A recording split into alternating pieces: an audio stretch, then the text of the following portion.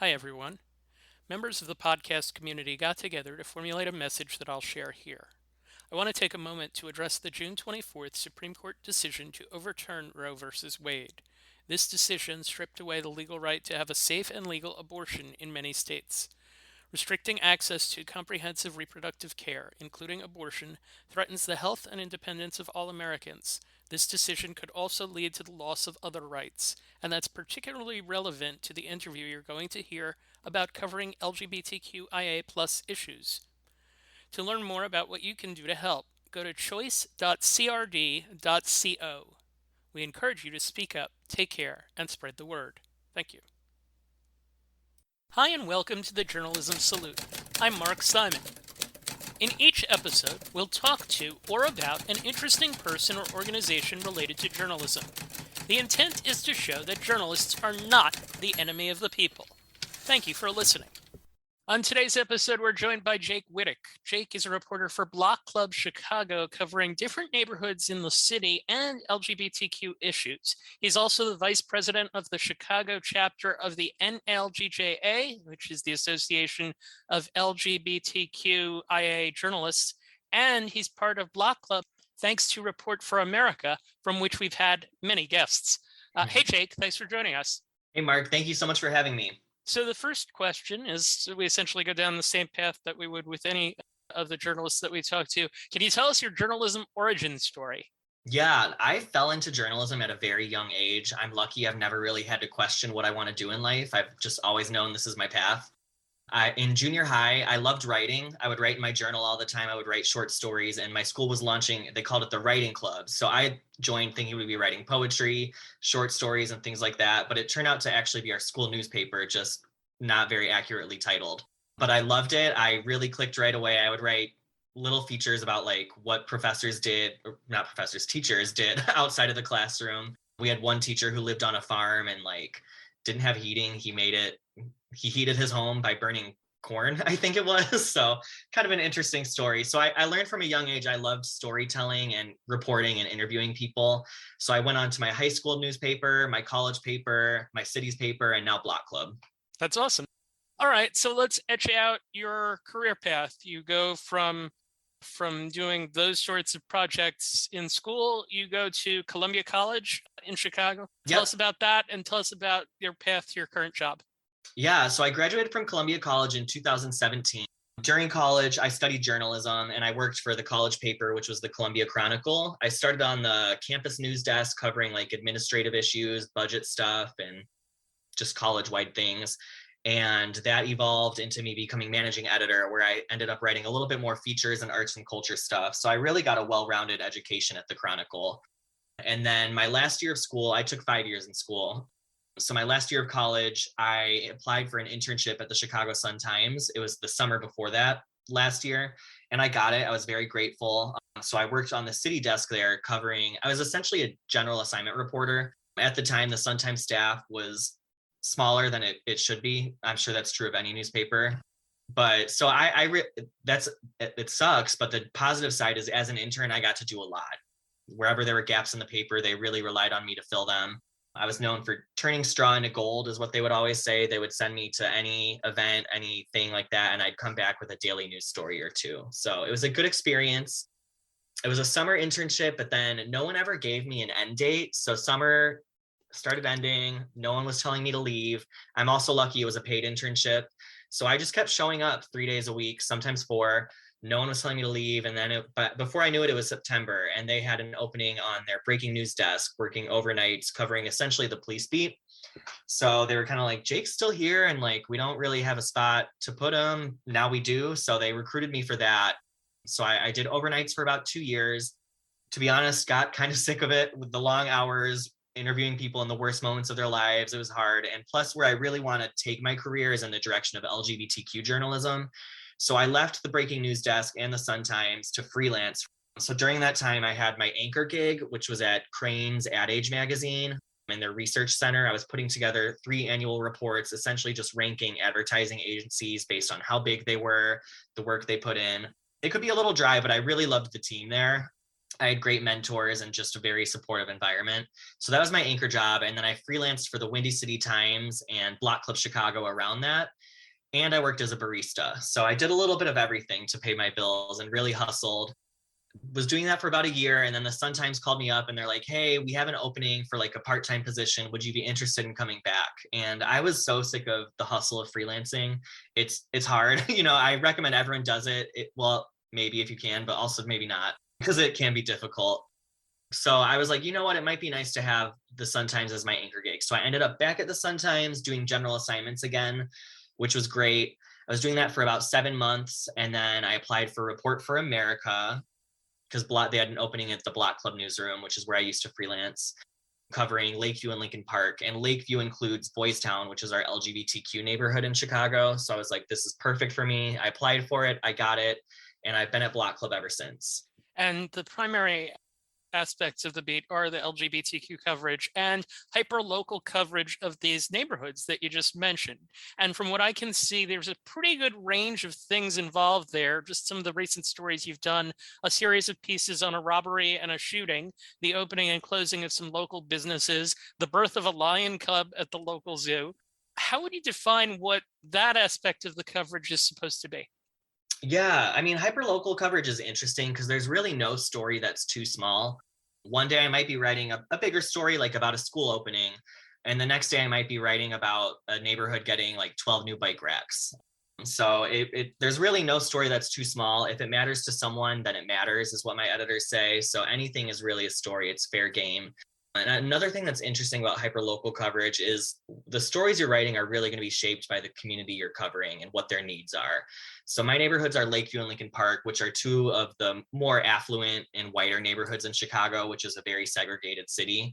So I'm covering a lot of developments, new businesses, and things like that. Whereas if you go to some South Side neighborhoods that aren't as invested in, there's going to be less developers, there's going to be less businesses and things like that. But what's common is in Chicago, there's people everywhere doing things that make the city amazing and make it better. So there is common threads there, but it really changes depending on your area. Chicago, my favorite city to visit, just for many reasons. The food certainly being one, but the neighborhoods definitely a really wide range. How immersed in the neighborhoods are you, and how do you keep up? Yeah, we're very immersed. It's not required at Block Club, but it's highly encouraged that you live in the neighborhood you cover. So I live in Boys Town, which was always the goal for me since I discovered it existed at a very young age. Now I live here and I'm kind of like, okay, now what? But so I live in my neighborhood, which is pretty immersed. And how I keep up, I started at the very beginning of the pandemic. So for the first, I'd say like year and a half, 2 years, it's really just been through social media, relying a lot on the internet to keep up with people. But now that things are a little bit more open, COVID still exists, and there's a lot of COVID here in Chicago at the moment, actually. But I'm able to get out a lot more, and it's going to every event I can, going to every art fair, every farmer's market, just meeting the people who make the neighborhoods run. So I'd say face-to-face time and showing my face in the community helps a lot, because then people recognize me. They think of me more since they have a face to put to the name, and they're more likely to pitch things to me. When I was interviewing reporters who were doing similar jobs a year and a half ago, they were speaking about the value of Facebook to them because it allowed them to keep up with different organizations that they weren't able to get the face-to-face time that you're thankfully now able to get. So just as an example, what does a day in the life look like with regards to that sort of coverage? Yeah, it's a very busy job. I get up around 7 a.m. each morning, and that first hour, it's my me time. I try not to check my email or my Slack or anything. I cook breakfast, I shower, I just relax. Sometimes I do a little bit of yoga to center myself before the day. And then the first few hours are just a lot of emails, catching up on emails, sending emails, trying to put my feelers out to see what my news of the day is going to be, because I like to have at least 1 to 2 stories that I write a day, which can be pretty busy and it's challenging at times. And our pitches have to be sent in to our editors by 10 a.m. So I try and get all my emails and a solid plan for the day by 10 a.m. And then from there, it's going out into the community. When I'm scheduling interviews, I like to have them earlier in the day, like, from 10 to noon. And then I'd say noon onward is me writing, still taking those last minute calls as they trickle in, but I try and get as much reporting done as I can early in the day and then spend my afternoons writing. A lot of subway riding to get to places or walking. I know that you can certainly do both in Chicago, right? Yeah, I don't have a car, which I don't want a car, Good for but there's you. certainly times it would be. But so yeah, I take the train, the bus everywhere I can, and occasionally I'll Uber, but I try not to because that adds up quickly. Sure. On your website, you link to some of your more in-depth neighborhood pieces. I found one, this was about a year ago, on a local school that was dealing with a number of different issues, parents having problems with AIDS, AIDS, and student leaders and people who were in charge of leading students. It was a very intense story. There were a lot of different things that were going on. What went into that sort of reporting? Yeah, it all started with a tip that my editor, Dawn Rhodes, got. She's amazing. She's done some education coverage herself. So I think that's probably how she got the tip and passed it on to me. And the tip was that there's a Black mother at Inter-American Magnet School who was 7 minutes late to pick up her son on the first day back at school for in-person learning, because we had been virtual for about a year and a half. And it was after the school district had messed up the bus schedules, so a lot of kids were left without buses. So she was 7 minutes late picking up her son, and the principal reported her to DCFS, the Department of Child and Family Services. So I interviewed that mother and just got her story and any documents she could send to me, like emails showing the contact she had had with the principal, things like that, letters that went out to parents about the bus routes, and any sort of documents that could kind of support her claims. I collected. And then I went to the principal, who declined to comment, and Chicago Public Schools leadership, who also, it's been a while, but I'm pretty sure they didn't really comment much either. But that's really what went into the story. And then the impact was that I would say through my reporting, but also especially the activism of parents, there were a lot of parents involved in this issue. The principal ended up resigning that school year and they appointed a new one. So there was some change that happened. But from that one story, I had multiple parents at Inter-American Magnet School and other schools throughout CPS reach out to me saying, I'm going through something similar. Please help me. Please share my story. I just need someone to talk to. So it all started with one tip. And in writing that story from that one tip, it turned into several tips. That's a great lesson in how, as you said, no story is too small. You need to follow up on everything. You follow up on this one, and it mushrooms into a whole bunch. Yeah.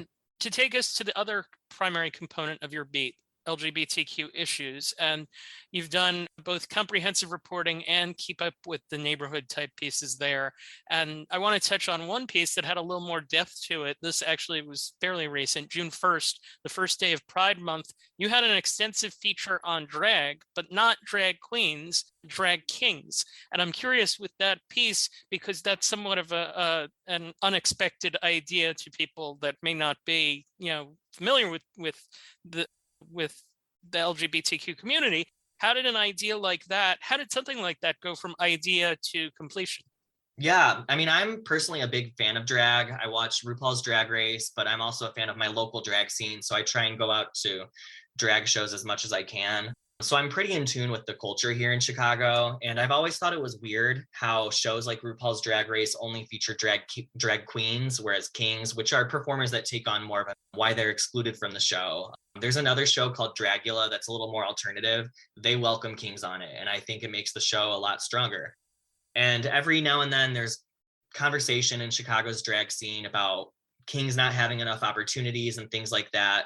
So that conversation had kind of been brewing again around May as I was thinking of ideas for Pride Month. And I was like, you know what, this is so stupid that like we have this conversation all the time and drag kings are still overlooked. So I was like, I'm going to write about our drag king scene here in Chicago because it's growing. There's a lot of opportunities for them, and just having my finger on the pulse and stuff like that. That's where I got the idea, I would say. And then I reached out to one of my sources who is a drag king. But they became my source because they had started in the aftermath of George Floyd's murder. They had started a protest in Chicago that grew very, very huge. So that's where they became my source. And they were a bit of an activist. They still are, but now they do a lot more drag.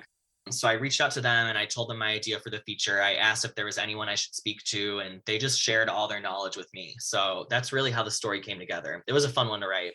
It's one of those things where it just, as you just said, it kind of just it balloons into something that's pretty significant. And it occurred to me too that I know that in Chicago there's Block Club, which is a hyper local neighborhood coverage, and there's when I previously talked to Adam Rhodes, there's the Chicago Reader, which is very intense in coverage of things of that nature. I was just wondering, had they done anything on it, or were you able to, I guess, kind of beat them to the punch? Right. Yeah. I guess I was kind of able to beat them to the punch. Adam actually left the Chicago Reader about a month ago, and now they're at IRE. Yep. So, but they're great. Me and Adam have a great relationship. I'm vice president and they're president of NLGJA. So we'll tip each other off to stories sometimes, like, hey, I don't have the time for this. Maybe you do, or Right. things like that. Or like one example, I wrote a story about when Chicago police launched an LGBTQ liaison program, and I hadn't done any follow up on it to see how the program was going. To be honest, was too busy with my neighborhood work. That's one thing I encounter a lot, where I have to do my neighborhood work because I have my newsletters that go out. Yep. So my LGBTQ stuff, sometimes I put it on the back burner a little bit. So what was great in that situation was Adam had the time to follow up, and Adam did a really great piece on how that LGBTQ liaison program isn't doing so well, and the lead person quit. They were down to one officer. So I would say mine and Adam's coverage really balances each other out, and we're a good team. Nice. Very nice. So again, there are hyper local elements to what you're doing. I saw two stories, different in nature, but both on the same thing: local gardens. The opening of AIDS Garden Chicago, and another in a town in a southern Illinois town, Pink Tiger Farm. You also just published a local guide to LGBTQ owned businesses in the city. So I guess, how would you characterize what your coverage of LGBTQ issues in the city is supposed to be? Yeah, I would like to say that my coverage is inclusive and diverse. There's always room to be more diverse. So I'm not going to say I solved it, but I really try and be as inclusive as possible. I try and shine light on all parts of the LGBTQ community. Oftentimes, when I'd say more mainstream news outlets, sometimes, especially during Pride Month, parachute into the LGBTQ beat. It's very surface level. It might be focused more on like white, cisgender, gay men, and not as focused on women, non-binary people, trans people, people of color, people of all ability levels. So I really try and diversify that coverage and scratch more than the surface and get deeper and shine light on all parts of the community. Are those the areas that are specifically undercovered at the moment? Are there any others? I would say definitely that.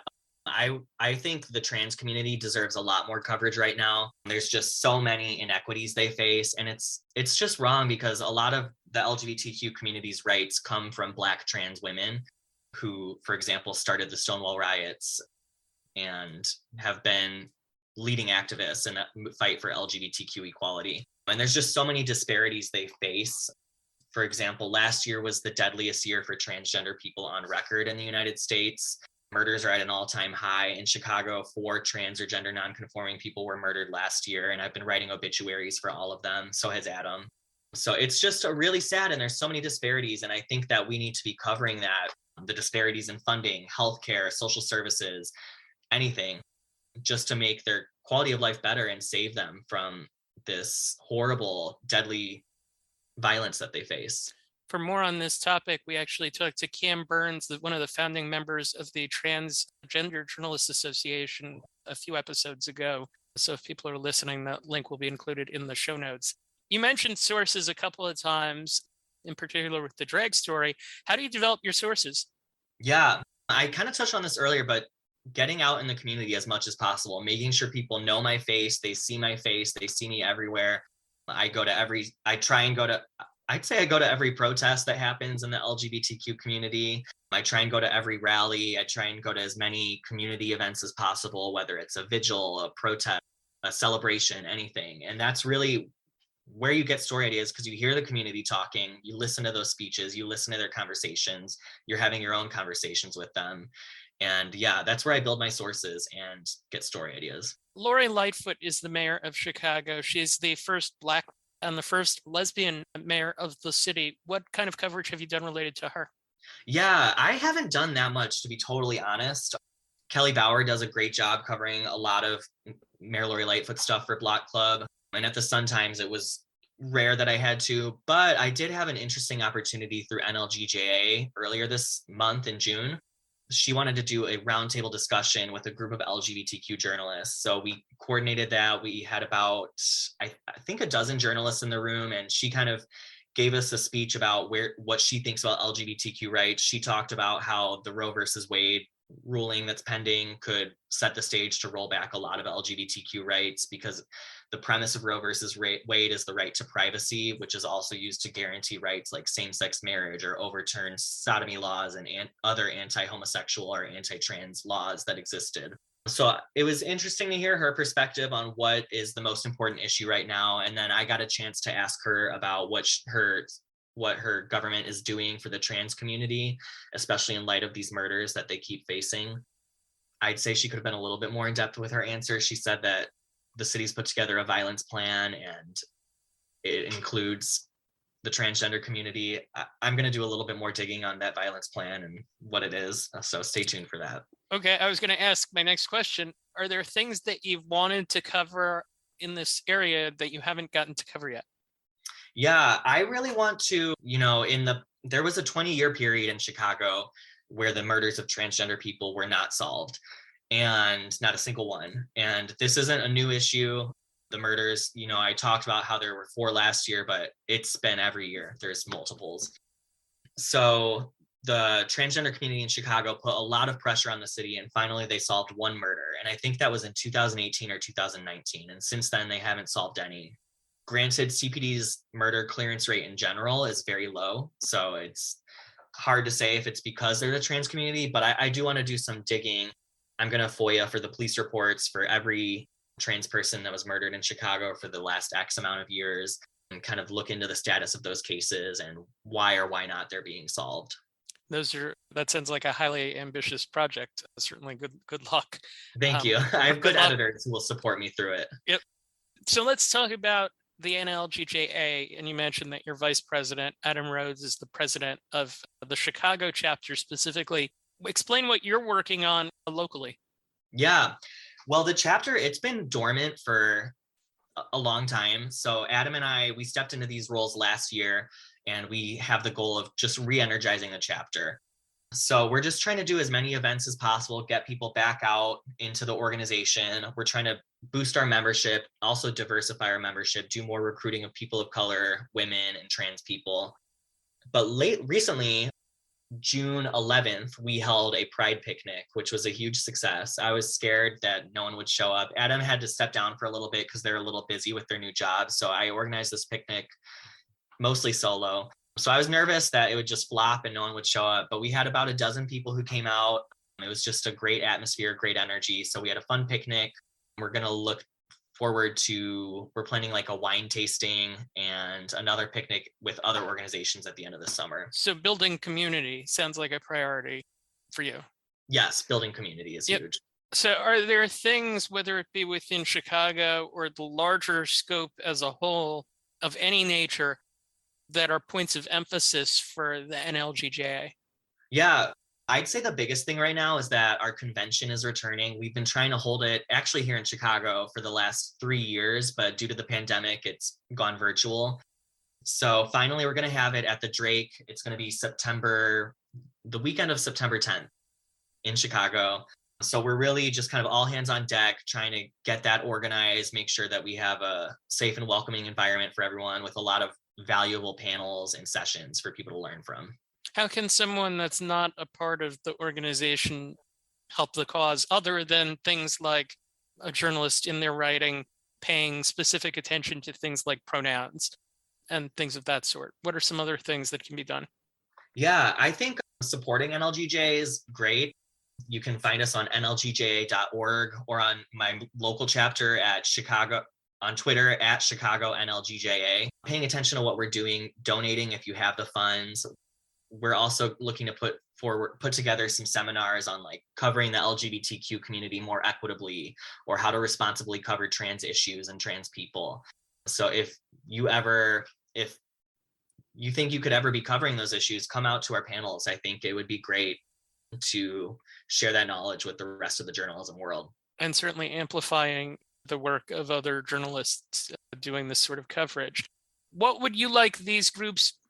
So you're I'll preface here, you're young, you seem like fairly ambitious, Adam as well. What would you like these groups to look like a few years from now? Yeah, I'm excited about the possibilities. I want to see us a lot bigger, a lot more active. Maybe, a few years from now, our picnic will have dozens of people rather than just one dozen.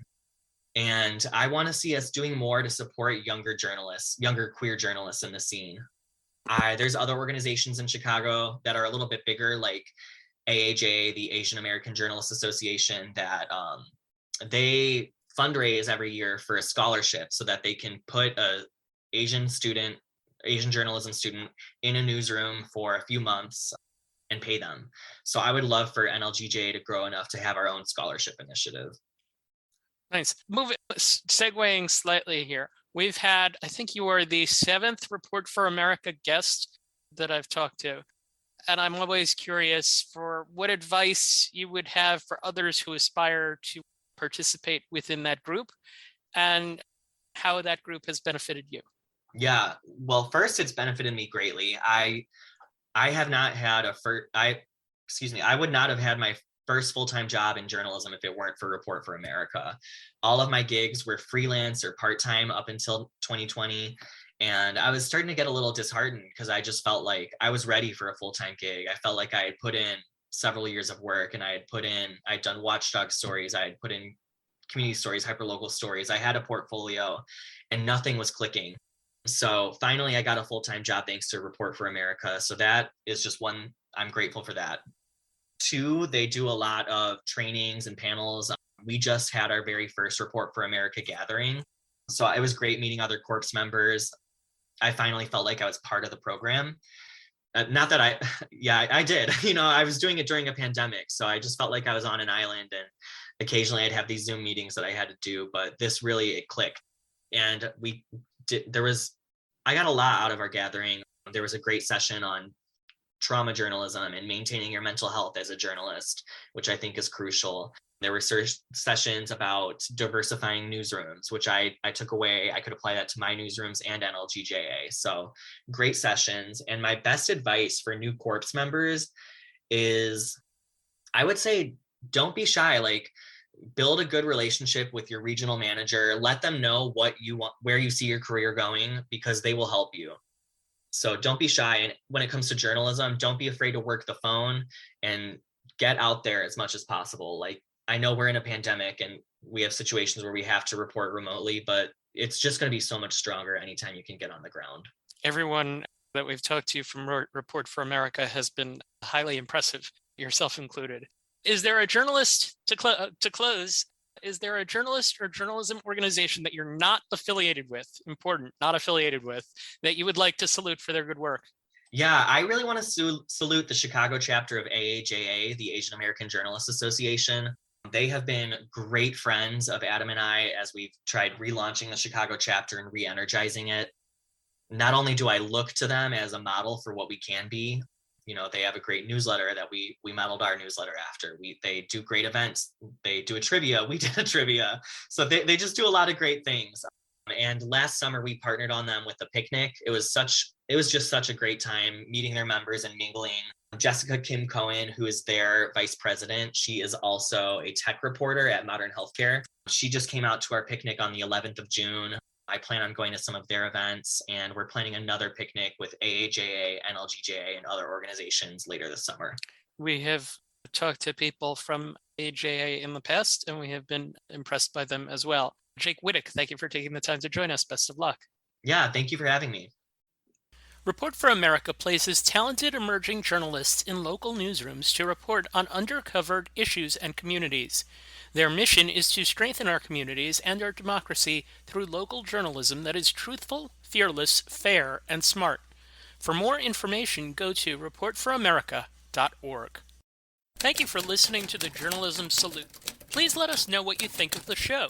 You can find us on Twitter @JournalismPod, and you can email us at journalismsalute@gmail.com.